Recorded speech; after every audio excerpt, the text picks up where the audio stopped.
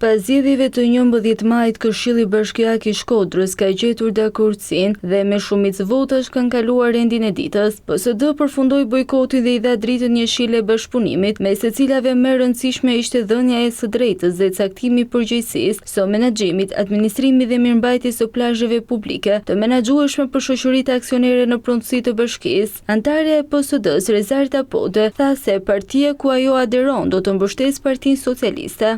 Partia Socialdemokrate ka qenë, është dhe do të jetë gjithmonë në mbështetje të Partisë Socialiste.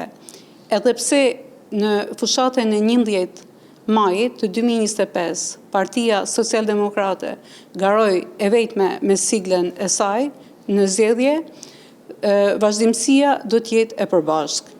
Theksojmë se çdo projekt vendim i mirë, qoftë për Shkodrën, qoftë për vendin tonë, do jetë në mbështetje të Partisë Socialiste dhe vendimeve apo aktiviteteve pozitive që do merren për vendin tonë.